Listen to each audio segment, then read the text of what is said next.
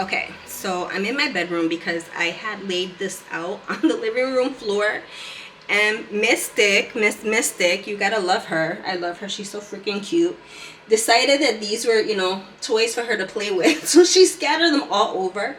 So I just brought them into my bedroom. So they're on the floor because I kind of needed a visual of what I was looking at. You guys know I was thinking about doing a plotting wall, but I don't know. This sucker's kind of big.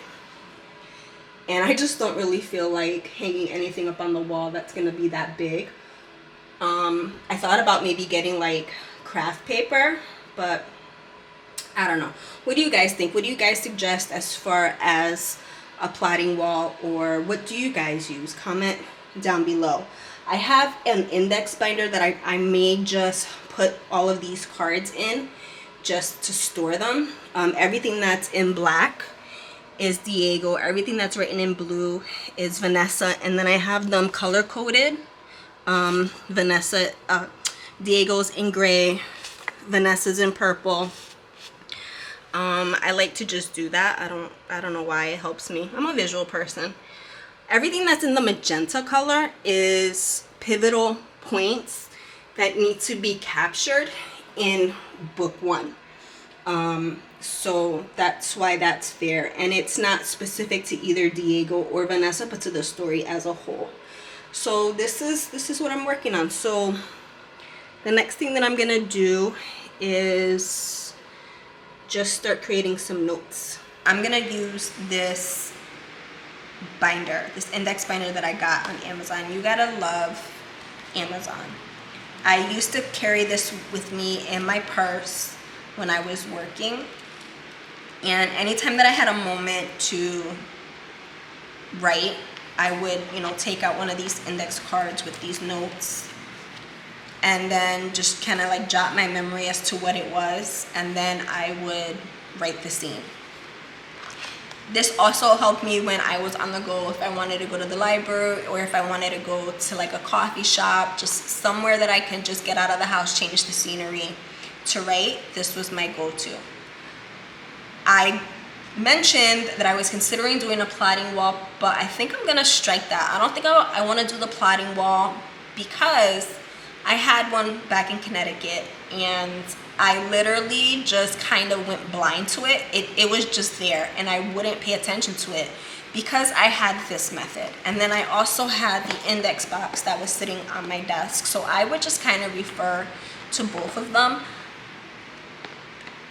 So to minimize clutter, or to minimize clutter in my house, because I don't want it, I'm gonna go back to using this index binder and putting the cards with detailed notes in it. I may use a sticky if I need to, but I'll decide. And as a process, my process has evolved as a pantser or a discovery writer. And I think that the more I start working on, novels or manuscripts, I think the more streamlined my process is gonna get. I'm definitely seeing how much faster I'm progressing with my writing now that I've kind of have, plotted some points. So it's helpful. And these cards are not so much what the story is, but what I need to ensure that I'm capturing within the story thread or the storyline. So for example, this one is Diego's Ordinary World that I had did initially. And I have two because I wanted to get his goal, his conflict, and his motivation down. And then I wanted to get his reaction, dilemma, and decision. And so I wrote on the I flipped it over. And I wrote what the goal is, what the motivation, and what the conflict is, what his internal desire is, what his external desire is, so that I was making sure that I was capturing those pivotal points within the story. And then when I go back into my revision process, I'm going to see if I in fact captured those key points, And I'm hoping that the revision process will go a lot faster by doing that. So I'm gonna do the same thing with these cards. These are the cards that you just saw that was laid out on the floor. And I am also going to go through the story and jot down what has already been completed, so I know what scenes need to be written to complete book 1. So I know for a fact I have to do understanding the protagonist story goal. I know for a fact that I have to rewrite, not rewrite, do I have to rewrite it? I do have to rewrite, I have to rewrite the climax, because I had the climax for, well, actually no, because the climax that I wrote will be the climax that's going to be in book 3. So what I need to do is I need to create a climax for book 1.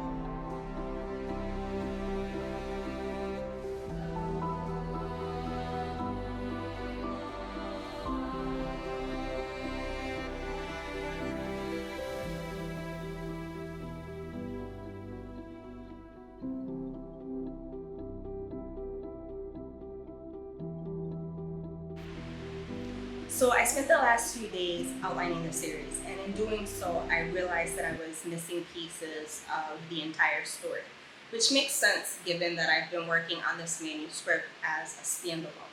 So now that I kind of have a general sense of the gaps that I need to fill, I'm going to finish that up today as far as like ideas for the story and how I want the story to proceed to make book 1 a solid book that will then take me into book 2. I do have the middle plot point for the second book, and I also have the climax completed for the 3rd book. So I just need to tie all of that stuff in together, or really just kind of build it up in book 1 so that it leads into book 2 and eventually book 3. So I'm gonna kind of show you what it is that I did so far and how I kind of realized that I had those gaps missing and how I'm gonna proceed from this point on. Okay, so this is my index binder, and I went through and put each index card with regards to the plot points together. And in doing so, I realized that there were gaps in the story that needed to be done. So for example, resistance to the story goal. When I was going over what I had already written, I realized that I was missing Diego's point of view with regards to resisting the story goal. Because if you don't know, in a love story, you have to write both the female and male point of view. So that was helpful. Then because the story is being written as a trilogy instead of a standalone, I needed to ensure that I'm hitting not only the book one plot point one, but I also need to make sure that in that scene, I'm writing plot point two, which takes place in the third act. So I have to mirror that in book one and plot point one, if that makes sense. So that was really, really helpful. I think that this process, you guys know, for me as a discovery writer or a pantser, outlining has been difficult, but I'm trying, to incorporate outlining something a little bit more into my writing routine. And it's helping. I may not always use, the notes or the ideas that I chose during the outline, but it kind of, gives me like other ideas as I'm writing the story along. It helps me to, it's like I'm at a train station and I know that, the train is leaving station A and I have to get to station B. So outlining or jotting down ideas or thoughts will help me to get from point A to point B. So that's my writing style. That has been helpful as far as something that I've incorporated since, I think baby's gonna try to come up. That has been something that has been helpful since I wrote Lisette's story. And like I said before, I think it's also part of the reason why I was able to write Diego and Vanessa's story so much faster than Lisette's story. I was telling my husband yesterday that I was on track to actually finish Diego and Vanessa's story by the end of the month. I know that I could have did it, give or take probably like a week. But because I pivoted, I now have to figure out a new timeline as to when I want this manuscript to be completed. And I have a sense of when I want it to be done. And I think what I'll do is I will share with you guys when that will be, when I do my 2025 video planning and setup. And that'll be the next video that I'm gonna, oh, that's Mystic. That'll be the next video that I will put up so that you guys can see that process of how I'm going to set up for the year with regards to writing not only this manuscript, but also book 2 and plans for book 3. A lot of it is going to be just me being real mindful about the details in this outline and hitting these plot points and beats to make sure that I'm progressing as fast as I can. So I'm actually going to be doing something completely new for myself as a writer. And you guys will be able to kind of, see that journey, which is really what I wanted to share, was my journey of, becoming a self-published author and what it is that it takes and all of the decisions that need to be made behind the scenes. So now that the story outline is completed and I've shown you guys kind of what that process is, the next logical step for me is to make sure that the series story arc goals are strong enough to carry the entire series. When I did the outline initially for my story arc goals, I only did it for the standalone. So now I want to make sure that the synopsises that I wrote for each of those 5 points is going to be good enough to carry the entire trilogy.